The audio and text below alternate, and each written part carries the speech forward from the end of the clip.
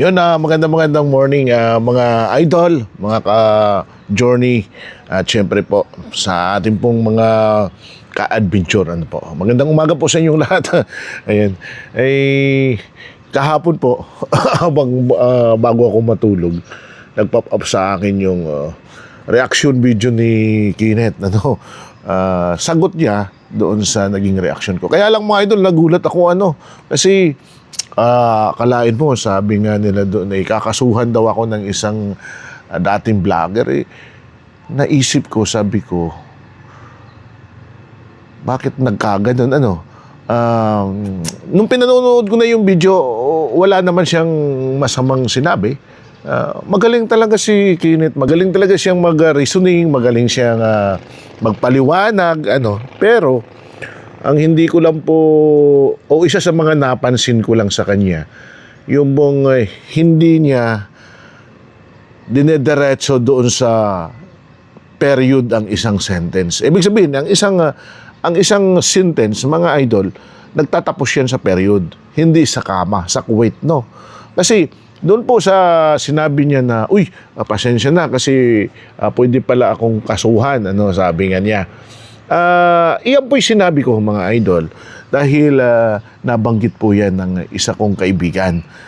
Noong nakapanood, sabi na may alam naman po pagdating sa mga aspetong legal.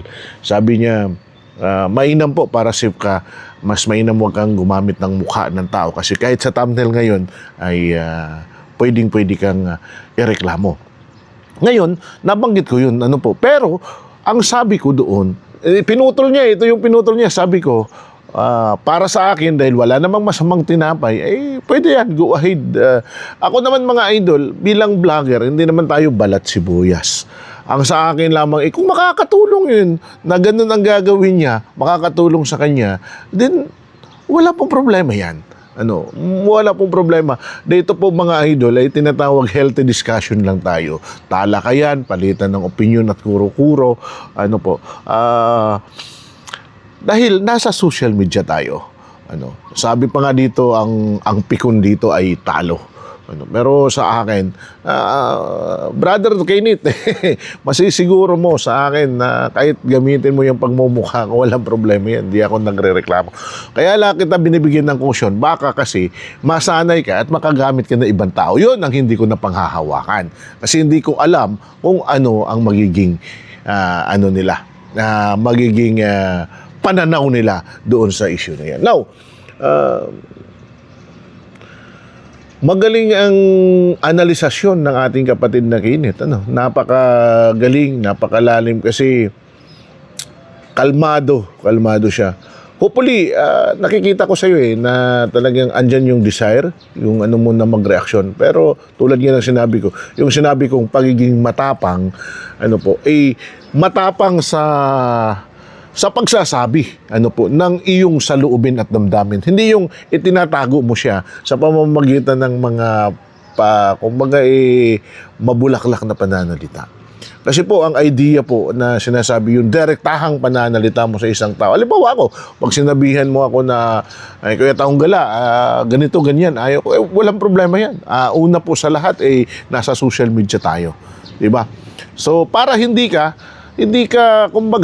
paghinalaan na ginagamit mo lang ang isang content para sa iyong pangsariling kapakanan. Yung bang tinatawag natin na for the views. Ito, payong kapatid lang. Sinasabi ko sa iyo kasi hindi ko naman sinasabing baguhan. Wala namang baguhan, wala namang makaluma Dahil alam ko may kakayahan siya. May kakayahan siyang magreaksyon. May kakayahan siyang gumawa ng mga reaction content. Tandaan natin, ang reaction content ang pinakamahirap po na content. Opo. Napakahirap po niyan. Kasi kung wala ka sa mood, wala ka. Yan na natatawa ako, mga idol. Habang binabasa ko yung komento, mayroon nga doon nag-comment sabi nga doon ng comment, napahiyayan si Taong Gala dahil pinatunayan mo na natutuo yung issue ng 40K. Ako, para po doon sa nag-comment, sabihin ko sa inyo, tapos na po. Ako para sa akin, tapos na yung issue. Bakit? Kasi tapos na po yung punto na binigay ko na po yung opinion ko, di po ba? Ako naman po ay kaparte din po sa nagtatanong kung totoo yung issue na yan. And then, sinagot ni Mr. Kabisnes, sinagot din ni Kenneth kasi meron nga silang tawag nito, pinakita yung video na di umano ay may CCTV din. Tapos na sa akin yun. Ang sa akin lamang is bahala na ang manunood kung paano nila i-analisa. Sila ba'y naniniwala doon sa paliwanag na yan? Sila ba yan? Sa kanila na yan. Opinion na nila yan. Kasi nagbigay na ako ng opinion. Otherwise, hindi tayo matatapos sa isyong ganito. No? So, nakakatuwa lang. Kaya ako naman natalakay yan kasi sabi ko nga, nakukuha mo talaga yung atensyon ng tao. Well, anyway, go ahead. Baka makatulong tayo sa pamamagitan ng pagko-content mo sa akin, makatulong tayo na kahit pa paano mag-earn ka rin ng revenue and at the same time lumago ang followers mo. Pero ako para sa akin, advice ko lang sa iyo, sa social media, hindi po usapin ng revenue dito Ang kailangan dito ay usapin ng kumbaga pagsasabi ng totoo. Yun po yung pinaka-mainam na walang halong kumbaga ano ba tayo saktong tawag kasi sa kalyeng tawag pambobola pero hindi ka naman bolero. Paki-comment nga po mga idol kung naniniwala kayong hindi bolero si Kenneth. Okay. So, yun yung magiging opinion ko doon po sa sinabi mo. Anyway, hindi naman ako magre-reaction kung hindi po kayo magsasagot. Pero, okay lang naman. Let's have a healthy discussion. Kung saan, mabigyan natin ng, kumbaga, kasiyahan ng ating mga viewers and then followers. Basta ako mga idol, doon po siya nagtatanong, ay tapos na po yung issue na yan. Hindi ko na po ulitin pa dahil kayo na ang magsasabi kung ano po ang katotohanan dyan. At hindi na po ako. Ayaw ko na pong babalik-balikan ang mga usapin yan. No, kaya lang tayo nagawa ng reaksyon dahil may reaksyon si Kenneth. No? So, go ahead, Kenneth. Ako, yun lang, ang request ko. Huwag mong yung sinabi ko, huwag mong puputulin doon sa kwet. Bibigyan kita ng pahintulot na gamitin ng aking video para mapakinggan ng tao. Wala kang copyright. Ito paninindigan ko sa iyo. Kung ito yung makakatulong. Para lang masiguro natin na hindi mo napuputol yung sinasabi ko. Kasi may putol Akalain mo yun, may putol wala doon yung sinabi niya yung sinabi ko na wala tayong masamang tinapay at kung sa akin ay kako wala namang problema yan. Diba? Naka-thumbnail So, tandaan ho natin na Brother Kenneth pagdating ng araw hindi po nakakatulong ang mga clickbait. Noon po yun, pero ngayon hindi na po. Kasi pag na-detect yan ng YouTube na nagki-clickbait tayo, mas lalong hindi na di-distribute ang inyong video sa karamihan. Okay. Pero ganun pa man, sa mga taong hindi sang-ayon sa sinabi ko doon at talagang nag-i-enjoy sila, then go ahead. Sinasabi ko sa inyo, hindi po tayo balat sibuyas. Kung meron po kayong sinabi against sa akin, then that's your opinion. Sa mga nagko-comment, kung meron kayong sinabing against sa akin, then that's your opinion. Nire-respeto natin yan. Walang problema yan. Kasi nasa social media tayo. Okay? So, go ahead, Brother Kenneth. Tuloy mo lang yung mga reaction mo. Maganda. Napakaganda.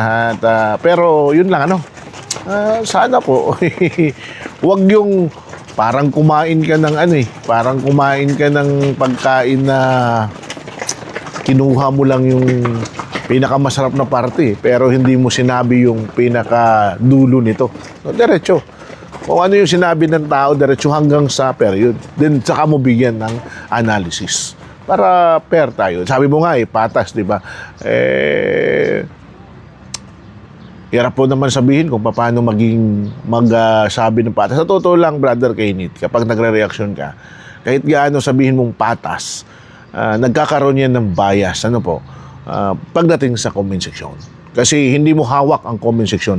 Hindi mo control ang mga taong magko-comment yan. Kasi pampublikong gamit yan eh. So, hindi natin makokontrol yan. Ngayon, kung sasabihin natin na kino-consider natin o inaano natin yan dahil sa napupusuan, pinupusuan natin para patunay na nabasa. And part din yan ng sistema ng YouTube na dapat ay meron kang response doon sa mga nag-comment. Para nakukuha mo yung algorithm. Yan po yung doon. So, pero kung selected tayo sa ating mga sasabihin, pupusuan lang natin yung pabor sa atin, yung hindi naman ay hindi mo pupusuan, parang hindi tayo dyan. No? So, tandaan natin sa social media mga idol, normal lang po ang palitan ng talakayan. Normal lang po ang ganitong klaseng sitwasyon. Naalala ko lang yung sinabi niya na strategy. So, totoo nga, napakagaling, magaling siyang gumawa ng kanyang strategy. Pero, kung ito po ay makakatulong sa iyo, Brother Kenneth, wala tayong problema dyan. No? Wala akong, as long as hindi mo naman ako pinipersonal, go ahead. Walang problema tayo dyan. Lang ako kinabahan ako dun sa thumbnail mo, no? Kasi baka sisipin ng tao na tayo ay ganun. Ako ho ay isang ordinaryong vlogger lamang, at naniniwala ako na dito sa social media ang pikon ay talo. Hindi ka dapat magbalat sibuyas. At kung sa pamamaraan na makakatulong ang iyong video sa ibang tao para umangat sila din, ako, go ahead. Walang problema sa akin yun. Dahil una, ang pagbablog ko naman dito ay libangan ko lang. Hindi naman ito totally hanap buhay dahil meron tayong trabaho na pinaglalaanan. Pero syempre, nagpapasalamat ako dahil bagamat ganun ay umabot tayo sa punto na eto na po ang ating mga followers. Hindi ko po inasanag mula sa ako'y mag-isa hanggang sa kasalukuyan na andyan na po tayo at marami na po tayong mga followers. So, shout out po sa lahat ng ating pong mga followers. Maraming salamat po sa inyong pagsuporta sa ating pong channel. Sa mga ka-adventure, sa mga ka-journey dyan. Shout out po sa inyo. Mapagpalang araw po sa ating lahat. So hanggang dito lang po muna mga idol. Hope you enjoy sa ating pong reaction video. God bless us all mga idol.